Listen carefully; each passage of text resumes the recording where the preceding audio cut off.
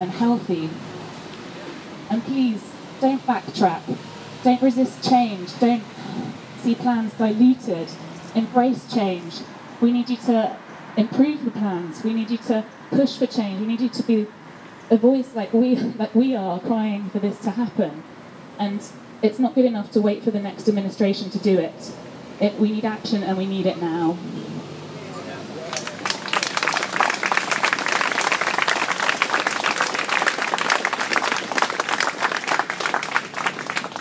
Tabitha, thank you very much indeed. I think it says it all when somebody from the medical profession basically says, you know, things do need to change, and I really do hope that the politicians are listening to you.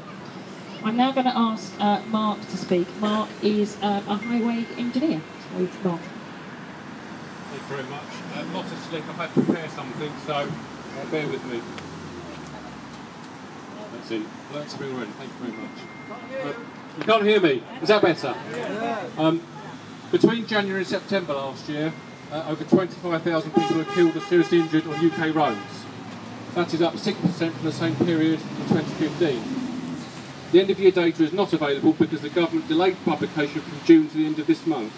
It's telling because the Department for Transport is blaming the police, who we know suffered and continue to suffer cuts year on year. We're very good at putting a cost on the road there.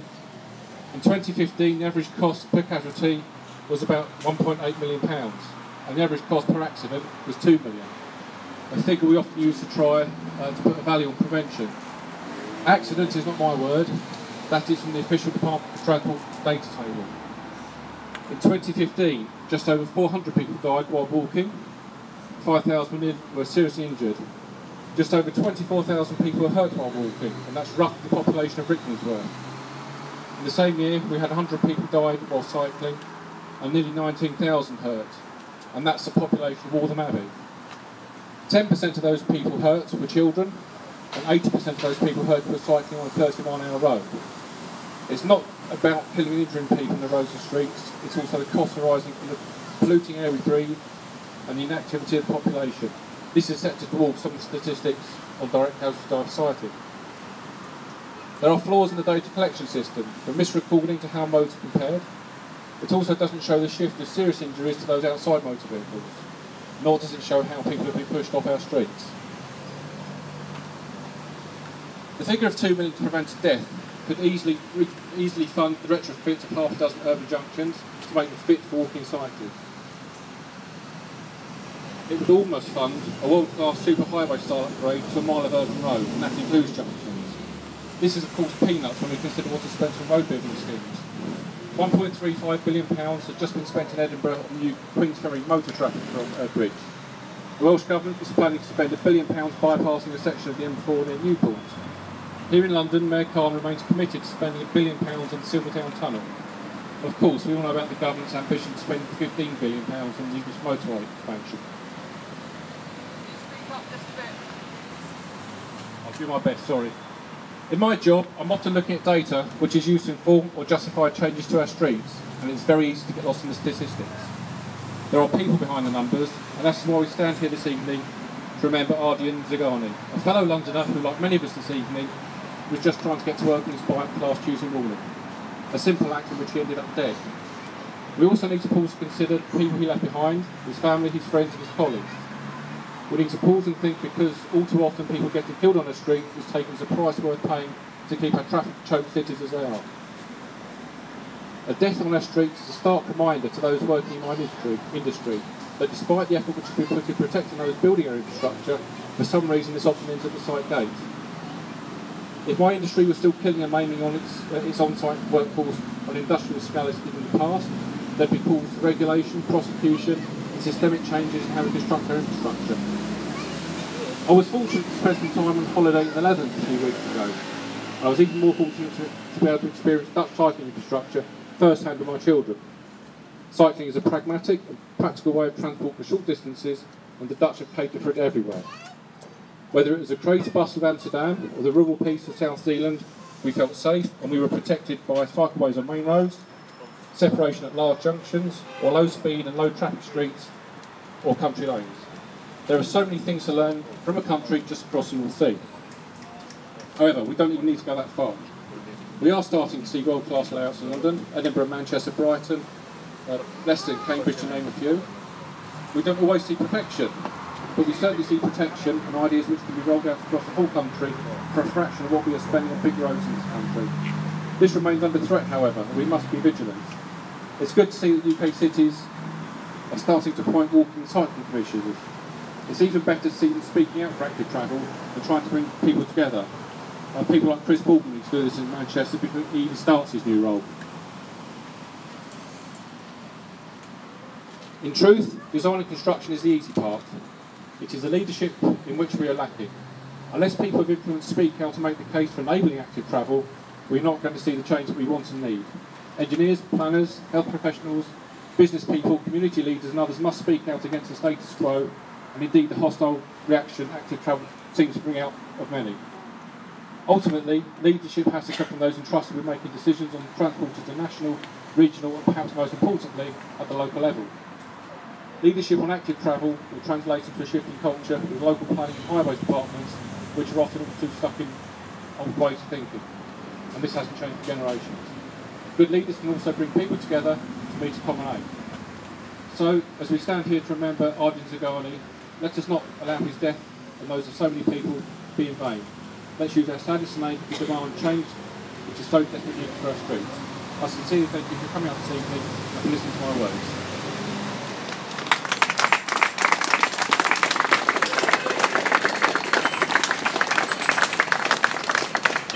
Thank you very much, Mark. I think the statistics, well, they do speak for themselves. It's as simple as that. And yeah, you know, we've got the knowledge and experience. We just need the political will. So we need to have strong leaders to take us forward. Okay, we're going to have a couple of, we're going to have a different speaker today than we've had in the past. Some of you might know, or most of you should know, one of our fantastic campaigners, Tom Carney, who is a bus crash survivor, and Tom, we're going to be reading one of Tom's poems out later on. Tom's been doing amazing work with bus drivers and trying to get the GLA to listen to the actual safety concerns of bus drivers who are actually under a lot of pressure. So I'm going to introduce Joanne Harris, who is a London bus driver, and she's with Unite the Union. And I'd also like to welcome her colleagues Mo and Andy, who Andy's been driving a bus for 33 years. So I'd really like to welcome these three, and especially for Joanne to have a speak now. Thank you. Thank you. As stated, Joanne Harris, London Buses. The first thing, I was actually going to start with something else, but I was absolutely amazed to find out that TfL had kicked out this road safety campaign for the area, for Camden Road, 3 years ago, because of so concerns over bus delays. I'm absolutely amazed. Well, it doesn't surprise me really, because the way we're dealing with the mayor and the public office there, it doesn't really surprise me, because it's all about money, it's all about time and motion. Mixing cyclists in with large vehicles on London's ancient roads is always going to be will have an element of danger. We all know that. Oh, sorry. We'll always have an element of danger. Ardian, Zagani and the others injured or killed here on Camden is totally avoidable and unacceptable, really. TfL need to prioritise people over cars. We all know that. TfL want a bus service. Thank you. The problem we have on the bus is that TfL actually want a bus service in London that you can set your watch by. Nothing else matters. People don't matter, drivers don't matter, passengers don't matter, nothing matters. We've all been on buses, we've been thrown off for no apparent reason and the bus turned round. It's all about time and motion and money. Currently, bonus payments, we find out, to senior staff are made on productivity, not on safety. This is what the London Assembly set out to change, and in some of its findings was to get bonus payments for senior executives in TfL, safety related. And that get to make them sit up and take notice, because their pay will be affected by this. Bus drivers are demonstrating. We're actually doing a demonstration ourselves outside City Hall on the 14th of this month at 9:30 during the Mayor's question time, because we're saying that the road safety is not good enough. They're not looking after anybody on the road. It's all about money, and it's got to stop. Sadiq Khan promised us so much on the buses and delivered so very little, and we are angry about this, and we're going to let him know that. There's over, many people probably don't know, there's over 25 dead on London's buses in the last 2 years, 12,000 people injured. That includes your cyclists, it includes your pedestrians and everybody else. And that simply is not acceptable. Bus drivers are under so much stress these days, running backwards and forwards, keeping the pace, keeping everybody happy, and it's all about that, time and money. As it stands, TfL pit us against each other whilst taking a back seat. That's not good enough. This is simply not good enough. For Leo Daniels, we're saying to him, it's time to stop your blustering, draw up plans to make London roads safer for everyone, or go and get somebody who can do it. Thank you.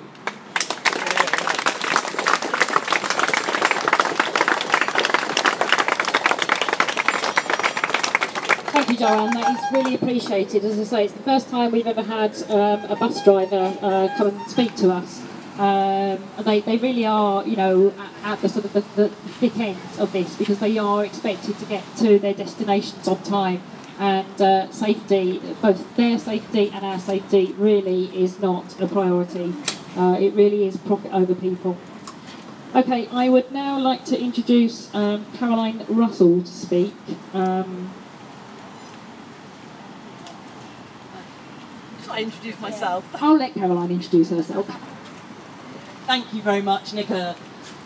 I am Caroline Russell. I have campaigned for streets that are decent and safe for people to walk along and to cycle along for many, many years. In 1986, I moved into Islington, sort of down the road, just off York Way, and I knew this hostile road where we're all gathered here tonight very well then. Very little has changed since 1986. The thing that has happened is that many, many Londoners have lost their lives. Whether they were riding their bikes, whether they were walking, whether they were crossing the road, whether they were on their way to work or to school or to the shops, people have died unnecessarily on our roads. And that's because our roads are hostile places. Somehow we have a transport authority that prioritises moving vehicles, not moving people in our city. And it has become acceptable to have roads like this, where there is not a basic level of service for people. People who want to cross the road, or people who want to cycle along that road. And that is where the Mayor needs to feel the pressure from all of us. If you cared enough to come here tonight, you must care enough to tell the Mayor that if he is going to deliver on his incredible, wonderful transport strategy, he has got to tackle the roads like this, the ordinary roads. I'm a London Assembly member, as well as an Islington councillor. I got into politics because I wanted to make a difference on this issue. But as a London Assembly member, I'm doing a study into walking and cycling at outer London junctions. And I have stood alongside many roads like this, where I have witnessed people trying to go about their lives, cross the road, just get to the other side, and there isn't a crossing. There isn't a zebra crossing, there isn't a refuge in the middle, or there isn't a green light, green crossing. On roads like this, you have residents, you have people living on both sides of the road. This is a residential road. It is not a motorway. And that is what Sadiq Khan has got to understand. It's not just about a few key, beautiful, high-grade projects in the middle of London. It's about making sure that Londoners across our city are able to cross the road to cycle to work without failing to make it home in the evening. And my thoughts now are with the family and friends of Ardian Zagani, who tragically lost his life here tonight.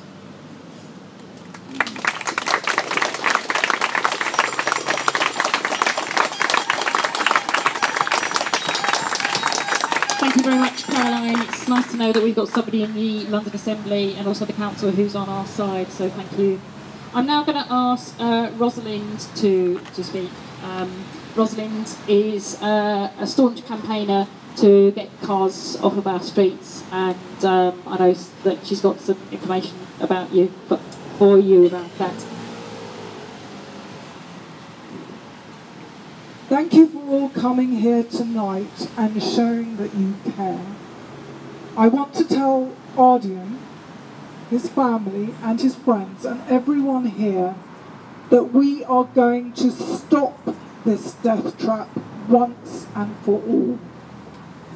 I want to invite Islington Council, Camden Council, TfL, Will Norman, to meet with Stop Killing Cyclists on this exact spot to walk around and take in the inhumane conditions that blight this community.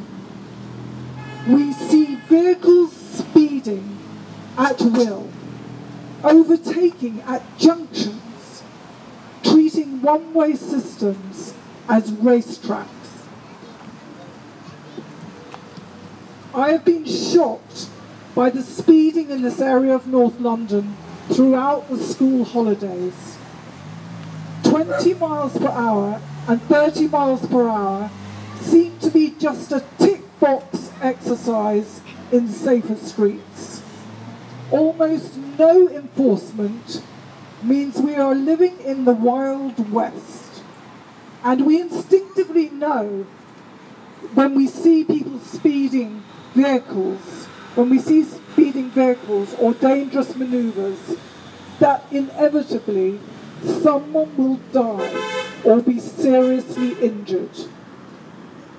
We can protest, but the responsibility and duty of care lies with our elected representatives. Councillors sitting on their hands to get re-elected will not cut it. The Grenfell tragedy has opened our eyes to the contempt, and I believe it is contempt. Contempt for the community that warns again and again about the death trap, but nobody lifts a finger, nobody does anything to change it.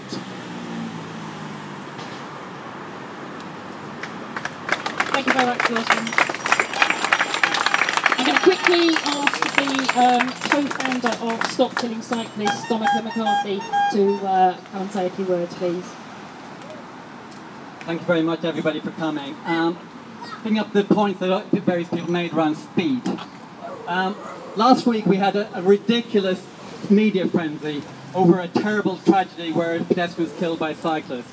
They were cycling at 18 miles per hour in a 30 mile per hour zone, and the entire national media went nuts, provoking a complete cyclophobic outrage against cyclists that are endangering their lives from anger from road users unnecessarily. However, speed is an issue. The very same newspapers that attacked this young man for cycling at 18 miles per hour in a 30 mile per hour zone are the very same newspapers demanding an end to speed cameras across the country. Nick Ferrari, who was on this morning ITV with me, himself called speed cameras cash cows. It's an outrageous campaign by the newspapers to say that cameras are cash cows. Cameras are there to make cars go at the right speed. There's a real issue with speed in London. It's supposed to be a 20 mile per hour zone in Camden. There's supposed to be a 30 mile per hour zone on this street. The London police and the national police have said they're refusing to implement these 20 mile per hour zones. How dare they? How dare they not refuse to implement the legally imposed speed limits by our elected representatives? If a child is hit by a car at 20 miles per hour, whether it's cycling or walking, it has a chance of living.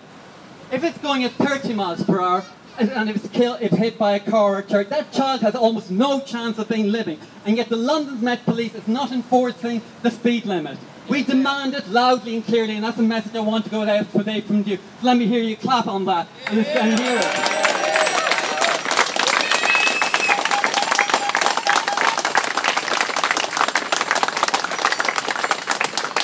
It's time for the Met Police to enforce the extraordinary frenzy over the cyclists not having a front brake.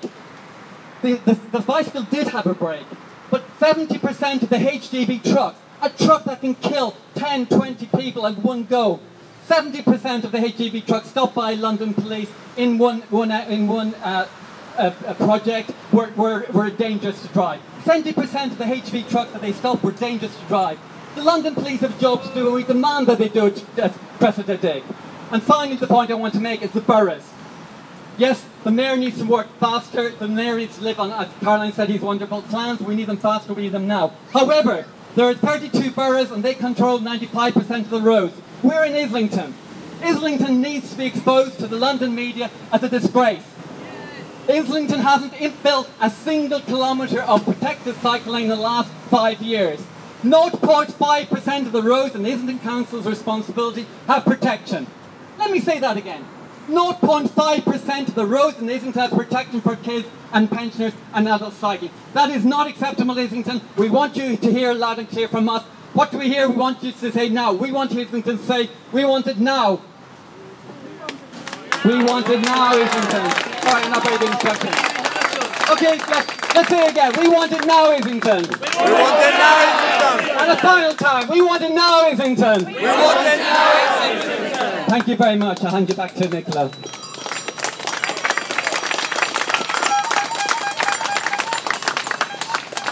Thank you, Donica. Okay, before we have our die-in, and I hope that I've got at least 2 stewards who are going to stop the traffic. I know Kaz is one, and Alex is another. Anybody else who would be kind enough to actually stop the traffic? And we're going to lie down. Thank you. On my instruction, okay. We will be in the road for 10 minutes, obviously remembering Ardian, or Sam as he was known to his friends, and also the person who died this morning. So I'm now going to ask Alex to read out a poem that Tom Carney has written. Alex, thank you.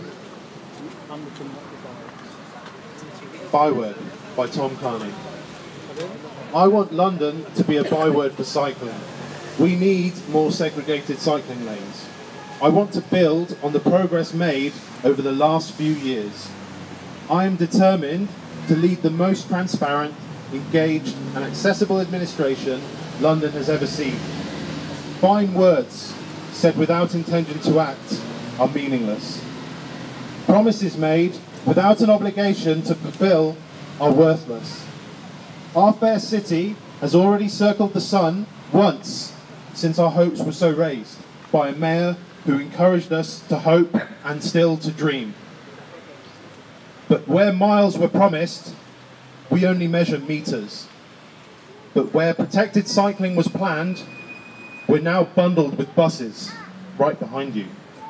But where progress was preached, we're only moving backwards. And so, once again, we gather again at a place where so much was promised and never delivered. All that's left is the memory of a fallen brother, a friend, a mother's son, another preventable death. In London, that's become a byword for sorrow.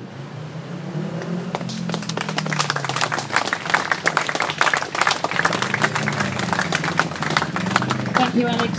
Thank you, Tom, for writing that. Okay, I'm going to read this out. This is a tribute from a friend of Ardian, or as I say, he was known to them as Sam.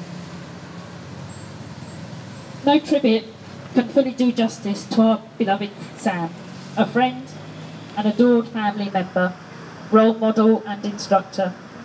Sam had an exceptional ability to make people smile and laugh, an amazing zest for life, and a very big heart. He would always have a joke, a funny story, or a valuable piece of advice to lift people's spirits. He worked as a doorman in Camden for 15 years and brought energy and enthusiasm to every place that was lucky enough to have him. He was an athlete and incredibly talented at Muay Thai boxing.